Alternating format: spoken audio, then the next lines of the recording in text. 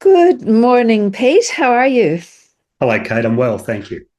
It's so lovely of you to join me on this, what's very rainy Wednesday morning down here in Sydney. How is it where you are up the North Coast? We're clear blue sky in far north Queensland. It's a kaleidoscope, isn't it? Absolutely. And Martine, thank you for joining us too. It's lovely to have you with us. Really lovely. Yeah, I wouldn't miss it.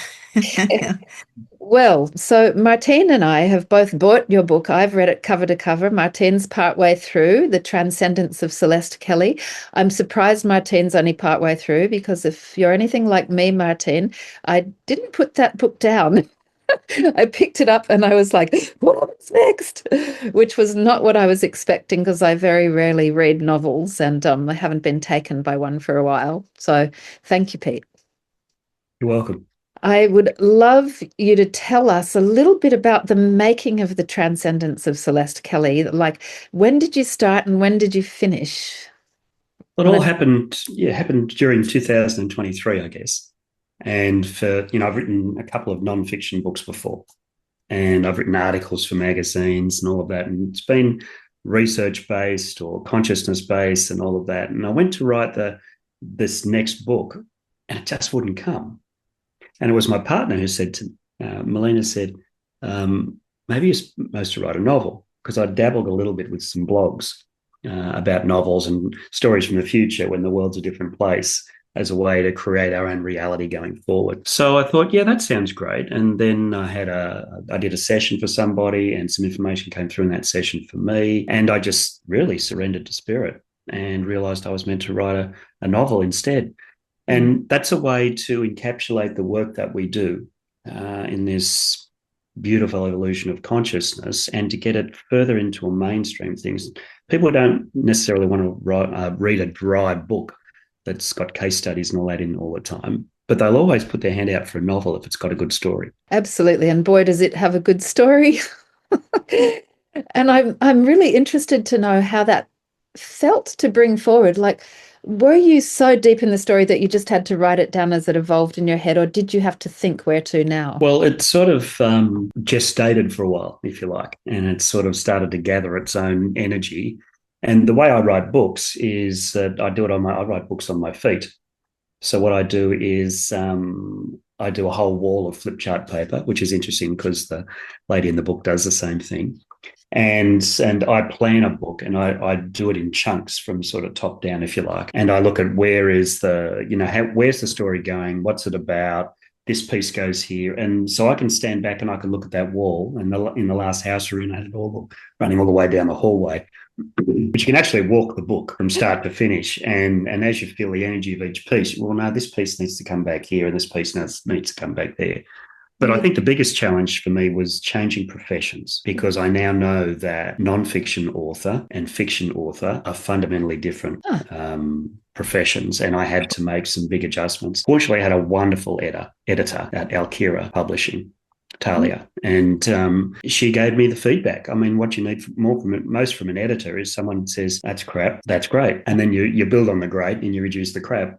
And sometimes there's in the grey area, you have a conversation about what should or shouldn't be included. So, I think books these days written by people like us and this whole collective in Soul Advisor is, we're a collaboration with Spirit. And, we're part of a team that's both here and elsewhere, bringing through a message that people need to hear. Absolutely, and so true. I wonder, was that the editor that you'd used for your non-fiction books too, the same person? With the non-fiction book, I worked with a big publisher in America, which was where Michael Newton had his books published. My old mentor, Journey of Souls, Destiny of Souls. I worked with Llewellyn, and they, I guess I was disenchanted with the big publishing model. Mm-hmm. I had, I'll send you a PDF, you make comments. Can we talk on the phone? Can we do this? Can we do that? No, just comment on the PDF back and forth. There was no unification of spirit in trying to get the message across. So when I went, and they don't publish fiction anyway, so I had to find a new publisher. And just in Google searches, I just found somebody that I resonated with. I looked at what they did. They had a very different business model to big publishing. And yeah, it just felt right. And it just took off from there. Wow. So was that your very first choice? Like, you're such an intuitive, Pete, in so many ways. Every time we've talked, I've really felt that sense of just knowing which foot to put in front of the last foot. You know, you're very sure-footed in your intuition. So was that the first choice that you made, the editor? It was the first person that I approached, and they took me on. And I think she was a person that was into meditation and that sort of stuff, and a brilliant editor. And the feedback had been great, so I checked that out. But I think my content stretched her a little bit, and her feedback on my content stretched me. So it really was a beautiful collaboration. I'm planning the next one, and that's exactly where I'll go back to. You But grew. yeah, she taught me a lot. She paused to teach me the nuances of being a fiction writer, and she said, "Look, I've written a book. You should read it." I read it. Got a lot about POV, the point of view of the different characters, how to build momentum, how to do this. She had like a recipe. I wasn't quite in that recipe because of, the book has a different purpose than just being a book. And yeah, she was great for me, Talia. And yeah, I think it was lined up by forces greater than us. Surprise, surprise, Pete. Mm. I think, what I was amazed at. I kept waiting during your novel, as you will too, perhaps, Martine. Kate, good morning, Kate. Thanks for joining us. I'm not sure, Kate, have you had a read of Pete's book yet? No, I haven't had a chance to read it, but I thought it looked really interesting. It's fascinating. Yeah, I will. I will, absolutely. Good. I was just wondering whether I needed to get your feedback too. But Martine has started reading and I read. And what was amazing is that it's a thriller. And it really is a thriller. And like all good thrillers, you cannot put this book down. Like it really, you want to know what happens next. But I kept waiting for the bad bit. I kept waiting for the, the evil bit, the bit that went, and collapsed your guts and made you feel horrible about the world and all the rest, that most thrillers contain. It's the most positive book, Pete. And it's like remarkably positive. And it's hard. You leave that thriller completely elated about humanity. It feels like an absolute uplift the whole way through.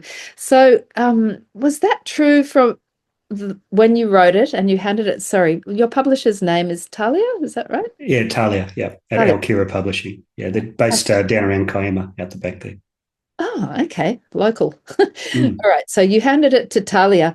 Did it at that point have any negators in there, or was it always so positive? I think it was always positive because the intention was to uplift the readers, very much so. And there's enough. She did encourage me to have a little bit more drama in there, which I came back and I did bring in a few shadowy pieces.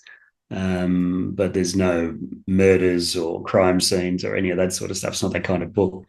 But yeah, she encouraged me to have that flip between antagonist and protagonist, and of course, that's nothing like that ever happens in a non-fiction book. So that again was part of my learning. But her guidance on the plot was, it did guide it a little bit towards some of those pieces that take people to the edge of their seats. Certainly did. It really did. You just hung on the edge of an implied something that might not be positive about humanity. But, your intention, which you wrote in the foreword, I really, really loved. And I'm just going to read that out because I think that it's such an important piece. And I think that you managed to achieve it. So you were stating very clearly in your foreword, we are more than we have ever been told. Mm-hmm. And I think you always spread that message, Pete, no matter whether you're doing therapy, if you want to call it that, or being with people, or that art that's behind you, that's so very much part of it, or any of the open-hearted gifts that you provided to people during COVID. The message has always been, we are more than we have ever been told. And we know that, but reminding people till it sticks is something that's just so important. And then you went on to say, we are magnificent in ways we have yet to understand. And we also have the potential beyond our wildest dreams. So, thank you. Thank you very much. Well, I think we're all like that, Kate. And I think the great tragedy of society is that we've been told that we're this tiny little thing we're one tiny little thing in humanity, and we should just, go to work and pay our taxes and do this and put up with stuff and all of that. But, I think once we understand who we really are, then we're truly set free. And my take is that, even this human being, Pete, whether it's Martine, whether it's Kate or the other Kate, I mean, these are just a disguise for an eternal multidimensional consciousness. Mm. And once we understand that we're that and we're not the disguise, it opens the book of our soul, knowing that just this piece that we're in at the moment is a simple chapter, or maybe even a paragraph in that book, depending on the size and magnitude of who we really are. Of course, this is bad news for big business and corporate and government and all that sort of stuff. People remember and discover who they really are, because the world will change in an instant. But I feel that our role in the Lightworker movement is to help people remember. Absolutely. I feel like it's the most potent way forward, frankly. And, we're living in a time of whatever you want to call it, economic slavery for one, and also leading people to war by the nose, making the most of the fear agenda that can be made, et cetera, et cetera. So, as you say, it's impossible once you've realized the magnificence of ourselves to actually be led like that anymore. So, and it's such a positive message. I think the word remembering is featuring large, isn't it, at the moment in our community and beyond. But it's like, remember, keep coming back to the fact that we really are connected to so much. We're connected to ourselves deeply. We're connected to each other. We're connected to community. We're connected to the planet. And all of these things make us strong because we're rooted in. And the disconnection is what allows that power to take form and wreak havoc. Yeah. So I loved your book from that angle. Thanks, Kate. Revolutionary, really. I'll pass that on to the team, because I don't think I wrote it by myself. No, I'm sure not.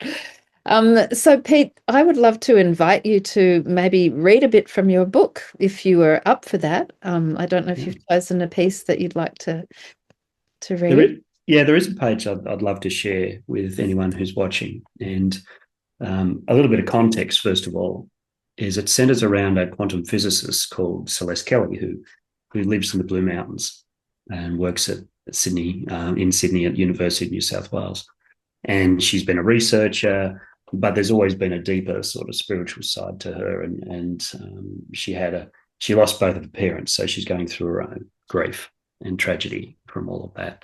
And she gets further and further involved. She has a spiritual friend. She warms her up. She tells her about this thing called Reiki. And, it starts to get her interested in the energy side of it as a quantum physicist. Anyway, one thing leads to another, without trying to do too much of a spoiler alert. Ultimately, she connects with her spiritual guide, a person who steps into her life and helps her to guide her on her journey towards a path where she can serve humanity from being a quantum physicist, but not being wrapped up in the system, and not being seen as an alternative therapist or an alternative healer that people can just say, oh, that's that other stuff, because she's coming from a world of science. So she has these conversations with her spiritual guide, and I'd like to just share a page from one of those conversations, because what he does is he tells her about the possibilities for humanity. So I'll start from here. Celeste frowned. Too much detail. Big picture it for me, Bob. That's a guy's name, Bob. And there's a joke behind his name. But anyway, he says, call me Bob. Something stirred deep within, and she felt the internal warmth rising again. And this is Bob. He says, this is all about to change at a planetary level, and you have a role to play. Are you ready to hear this? Bob asked. Try me. You know that if I run away screaming, I'll always come back. And Bob nodded. No smile this time, and more serious than usual. Humanity is at a crossroads and will soon move through a period of transformation as you learn more about yourselves and your place in the universe. One of the things you will discover is that much of humanity's potential has been limited at both the individual and collective levels. These limitations are installed in most of your systems on the planet. Those of us from elsewhere have been watching for a long time, waiting for this moment, and it has now arrived. You are entering a time of profound discovery, and we are supporting your efforts with great love. Not all are ready for change and will not be an easy road, but the support for these changes comes from all corners of the universe. Something strange happened within Celeste. An old memory emerged, somehow resonating with what Bob was saying. She felt a sense that she chose to be part of this. You mentioned I have a role in this. The field of quantum physics is about to realise that those other dimensions being speculated about are close by and can be accessed. This will bring unimaginable reforms, not just to science, but also to the world at large. In time, this field will be renamed quantum metaphysics. There will be no more theoretical physicists. They will be known as quantum alchemists. This is because nothing will be theoretical anymore. The secrets of the universe will be known. This will all take time, many decades, as a whole generation who have built the old ways fade into the past. The term physics will relate to Newtonian physics and honour that part of your history. Science, which has been moulded to benefit some, will be replaced by meta-science. There will be a golden age of advancement, which will include discoveries beyond imagination. We may discuss these as time unfolds, but not now. Bob paused to let this sink in. Celeste had been right. She was ready to hear this. You asked about your role. It will include, but not be limited to, being a pioneer in the discovery of access to other dimensions. Your life's work and that of others will be instrumental in moving quantum physics to the new quantum metaphysics, and a new type of civilization will emerge for humanity. So there's a lot of that back and forth with her spiritual guide as he helps to paint a picture of the future so that she understands the next steps that she can take. Mm. And she makes further discoveries about herself and who she really is as the book unfolds. Mm. And I think she also makes further steps and discoveries about who we all are. You know, it's just a beautiful model for the unfolding of our own spirituality, or our own coming back to spirit, should I say. Yeah, absolutely. Yeah, it's time to remember. Time to remember. Ay. Yeah. And you've also managed to weave in, and I guess because of Talia, that whole undercurrent of skullduggery and the deep state in there. But you know, it's alluded to, it's off there in the distance, it's over there. It doesn't impose itself into the book, but we understand that it's one of the parts of what we're all working through, I guess. Yeah. Yeah, absolutely. And I think that there's this sort of undefined spectre in the background, and that's about there's attempts to sabotage what she's trying to do, and even in a life-threatening way, and without going into too many details for spoilers. But there's something in that echoes a lot of what people with different thoughts have been through over the years. Mm. You know, every time there's been a free energy device that's come out, it seems to have disappeared.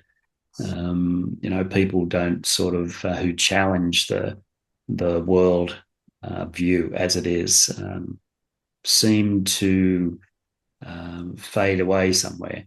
And it's complicated and difficult, but it's that spectre in the background that I feel we need to challenge and call it out of the shadows and into the light so we can understand it and tell it that their time is done.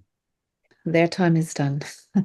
Yeah, that faring poorly, that people with vision tend to, you know, faring poorly is a fairly broad term, isn't it? But yeah, it involves absolutely killed at the stake. You know. Yeah, absolutely. We've all had a bit of that in other times and places. I think we've all had a bit of that in this time and place, you know. I was deeply delighted to see, Pete, that finally there may be the reinstallment of private health insurance for 7 different types of natural therapies coming up.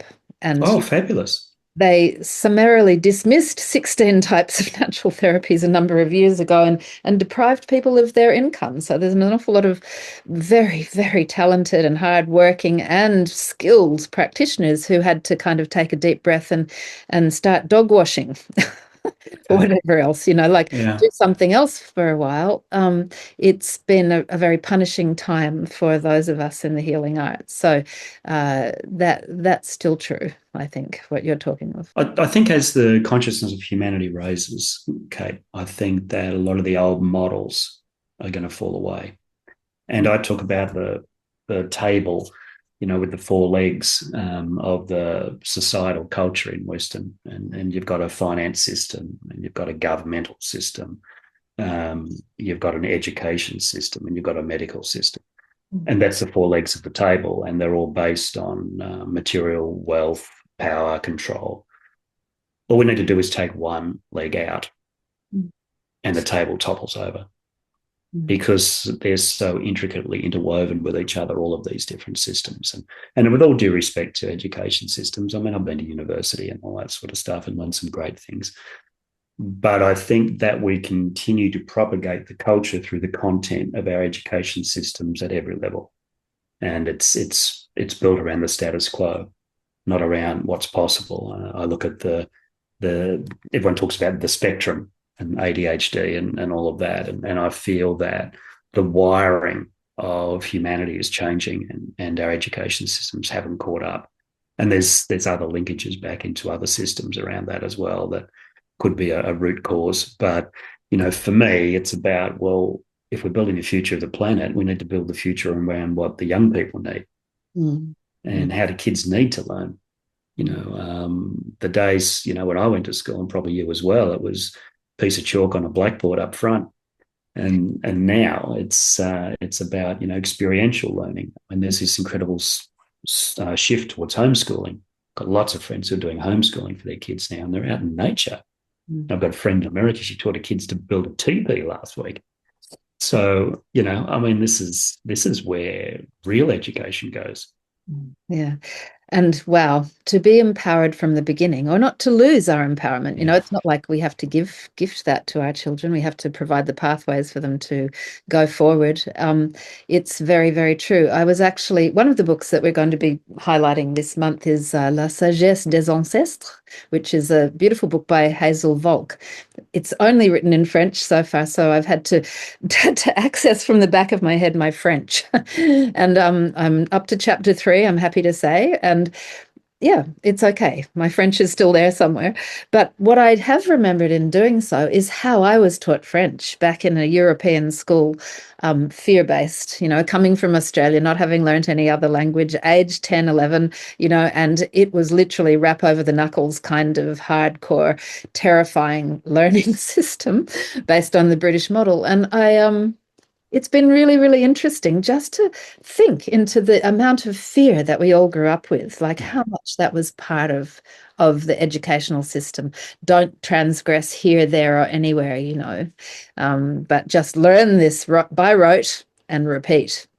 Exactly. I remember standing outside. I was a bit different at school. I got kicked out of Sunday school for asking too many questions because nothing made sense to me. But back at school, I remember standing outside the principal's office and waiting for the cane. I mean, that was the 60s, I guess, early 70s. Are you that old? Yeah, well, yeah, I've hit my 60s now. So every time I reach a new decade, I say, oh, this is the wisdom decade. And then you go another 10 years. Oh, this is the wisdom decade. So I think, I guess I actually enjoy getting older.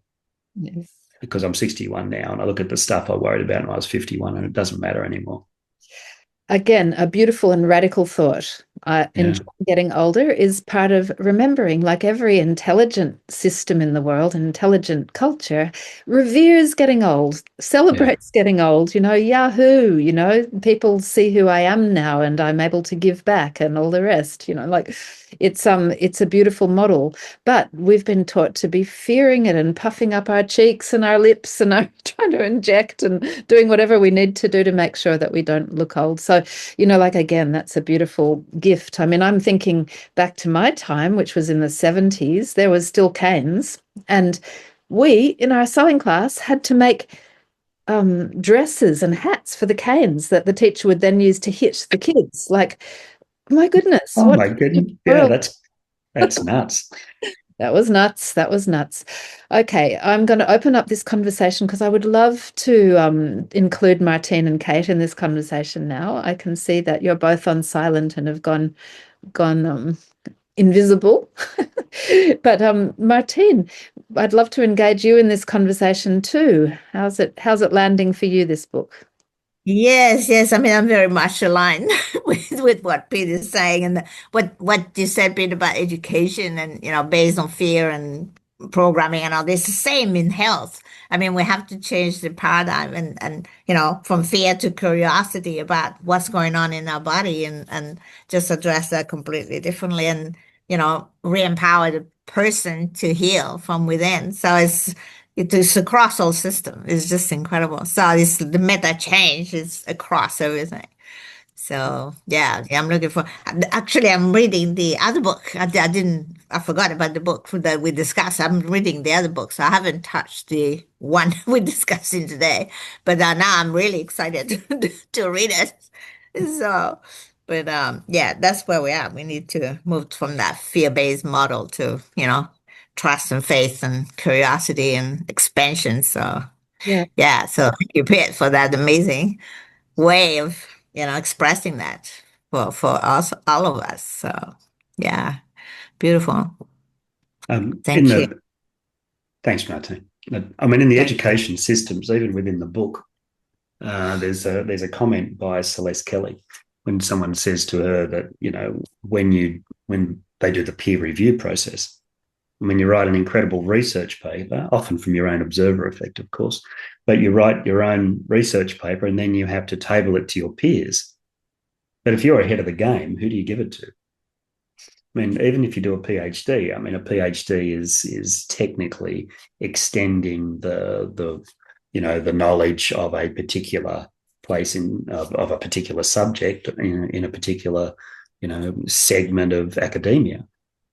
But what if what you've got doesn't fit into one of those segments? I mean, and she challenges that. And she says, well, I've got to give it to people that don't understand what I'm doing. That's how you hold humanity back. And I mean, a personal example of that for me was my old mentor, Michael Newton, at Michael Newton Institute, where we did the Life Between Lives work.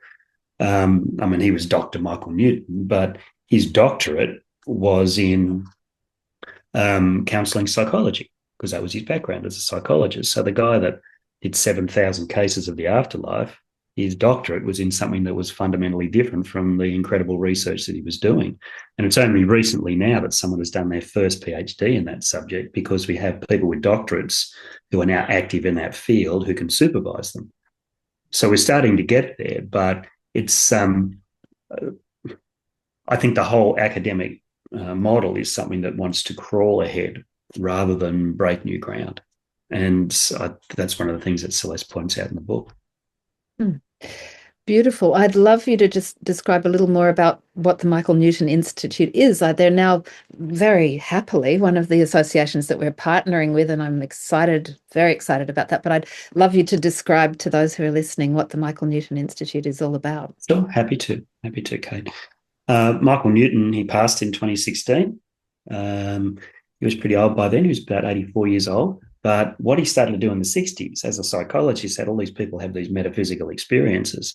In fact, somebody went to a place outside of time and space where they were in the in-between, and it had been described as the Bardo and all of these other type places. But there was the reincarnation model is just about flipping from lifetime to lifetime. Where do you go in between? You just go into this blurry thing. Well, he took 7,000 people in there and he mapped it. Interactions with soul groups, spiritual guides, planning the last life, debriefing the one before, what is the sweeping view across the lineage of our soul. And he was getting older, so he wrote books, Journey of Souls, Destiny of Souls. He wrote those in his 60s. And he wrote one about how his method in the 70s. But he started an organisation which is now stretched out to, it's a bit like Soul Advice, where now it's exploded out to so many countries. At 40 countries, 20 languages, 200 highly trained people around the world. And we've reproduced his body of work tenfold.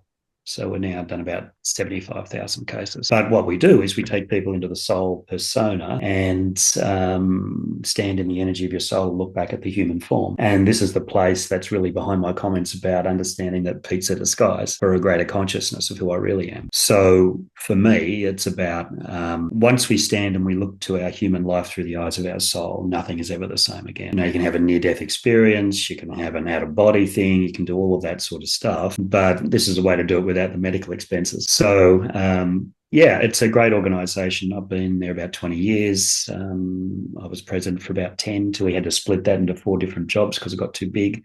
And I'm still there helping to lead this wave of consciousness. And Michael is my old mentor. He really loved quantum physics. And we had some chats about quantum physics as well before he passed, which was instrumental in pointing me further in this direction. I wonder if he's been part of the mob that came through you for this book. Yeah, his energy's still with us, I'd say. Wow, amazing, really amazing. And I can't believe that. How many? 770, how many, what did you just say? He did 7,000, but our organisation has done 70,000. I mean, they're not all in a storeroom in America.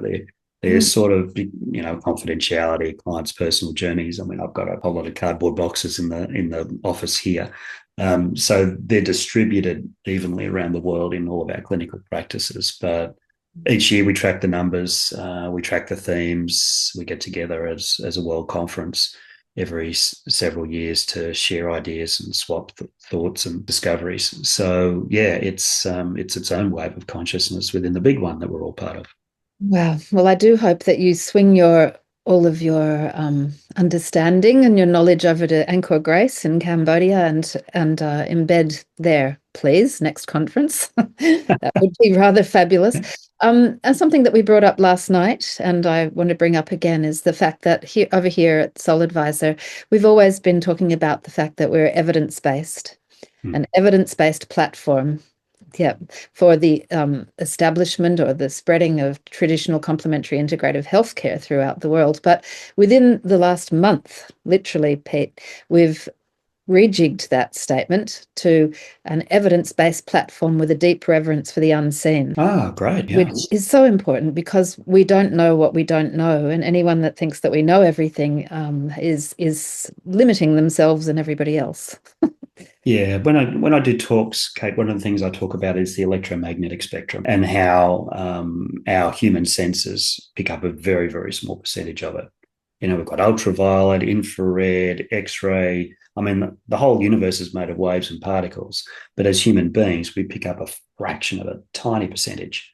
And, you know, there's so much more out there. And when we get an understanding and when we're open to the parts that are in the other parts of the spectrum, then so much more is possible. So much more is possible. And thank you so much for encouraging us all to, you know, continue walking that path. And I'm just wondering if there's any more final comments from Martine or Kate before we finish up, whether how you both feel about the word deep reverence for the unseen, which is all about what Pete's about. I would love to say something, and I'm very sorry that I have had my video off at this whole time. I have not had a shower. I'm running around, so I thought I'm not probably fit for being seen. But I've thoroughly enjoyed hearing you speak, Pete, and also seeing your face, Kate. It's lovely to see your face after so long. I think that is the most beautiful phrase, deep reverence for the unseen. It just encapsulates so much of what we do, and it's often really hard to explain. I find it often really hard to explain what I do and how I work to people, and I just think that's such a really powerful energetic statement for sure. Yeah. I'm glad you love it, Kate, because I do. Yeah. I think I'm using it Mm-hmm. so much at the moment because we've just been through the re-establishment of the plan by the WHO for traditional medicines in the world from 2025, which will last now until 2034. It has all sorts of promise and it has all sorts of threat. But, you know, one of the biggest promises is that it has brought the world together, South America, Africa, India, etc., to really think about how do we bring traditional medicines into the limelight and integrate them with everything else that's happening, given that over 80% of the world rely on traditional medicines for their healthcare. So that's really positive, and there's so many strong voices. But what's really scary is that the word evidence-based, safety, profit share comes up too many times for my liking. I agree. Yeah.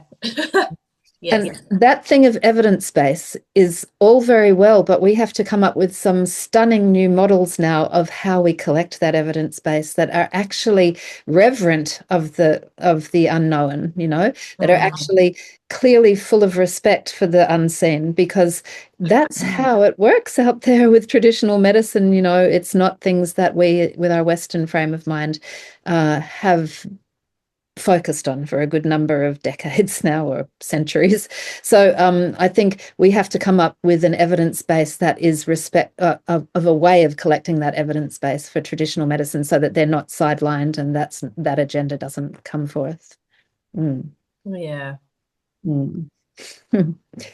So, Martine, any last comments before we call today? Well, I mean, just listening to Pete, just realizing that we're living in a very exciting time. We are in the middle of the change, so it's like a privilege to be born in that time and witness that. So, yeah, so with people like Pete, we might cruise better with that, have that confidence and that trust in the process. I guess we're the lucky ones, Martine, because we got the jobs here. There was a bit of a queue of people queuing up to get here, I think, in these times. Oh, really? Yeah, I believe so. Okay, well, we got it. Yeah. It's a time with a lot of responsibility, isn't it? Sure is. Yep. But we didn't. We're going to get the job done, though. We didn't come here to lose.